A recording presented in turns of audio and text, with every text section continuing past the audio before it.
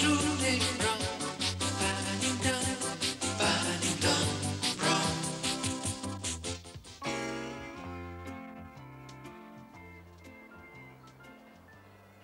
Paddington aimait beaucoup vivre chez les Brown, d'autant plus qu'il se faisait beaucoup d'amis grâce à eux. C'était M. Gruber qui était le plus sympathique. Il était antiquaire et Paddington lui rendait visite presque tous les matins. M. Gruber avait pour les antiquités une véritable passion. Une fois franchi le seuil de son magasin, on se retrouvait dans un tout autre monde. Quelle ne fut pas la surprise de Paddington lorsqu'un beau matin, il trouva son ami qui nettoyait un tableau. Ne vous inquiétez pas, monsieur Brown. Je ne fais que restaurer ce tableau. Qu'en pensez-vous? C'est difficile à dire, M. Gruber. Le sujet n'est pas évident. Voyez-vous, mon ami, pour ce qui est de la peinture, il ne faut jamais se fier aux apparences. Il faut savoir, monsieur Brown, qu'autrefois les artistes étaient si pauvres qu'ils peignaient parfois par-dessus de vieux tableaux. Il est arrivé qu'on trouve sous une peinture médiocre un sujet ayant beaucoup plus de valeur. Vous rendez-vous compte, monsieur Brown, que ceci pourrait être un chef-d'œuvre? Vraiment, M. Gruber? Ah, je ne l'aurais jamais deviné. Après avoir réfléchi tout le long du chemin, Paddington arriva l'air tout pensif chez les Brown. M. Brown avait beaucoup de tableaux.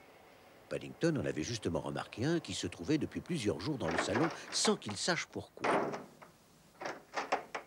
Et si j'essayais de le restaurer? Je suis sûr que M. Brown m'en serait très reconnaissant. Oh oui.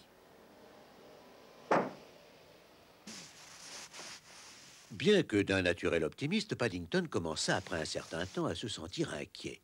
Loin d'être restauré, le tableau de M. Brown commençait à prendre une drôle de tournure.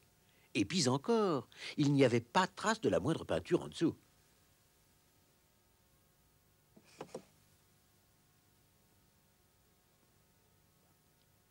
C'est en retournant le tableau pour voir s'il n'y avait rien de l'autre côté qu'il aperçut une étiquette.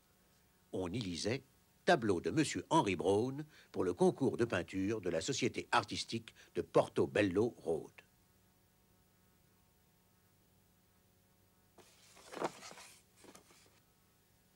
Le tableau de M. Brown, qui représentait au départ des bateaux sur un lac, évoquait plutôt maintenant une violente tempête. Même avec de vraies peintures, il aurait été bien difficile de réparer les dégâts.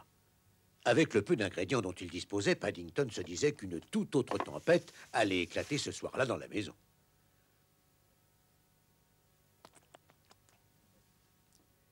Dans l'après-midi, Paddington fut soudain pris d'un mal mystérieux et dut aller se coucher. Cette maladie rare lui donnait des boutons multicolores, rouges, jaunes et oranges, qui rappelaient curieusement la couleur de la moutarde, de la sauce tomate et de la confiture d'orange. Il essayait de se dissimuler derrière le grand bol de tisane qui constituait le remède universel de Madame Bird.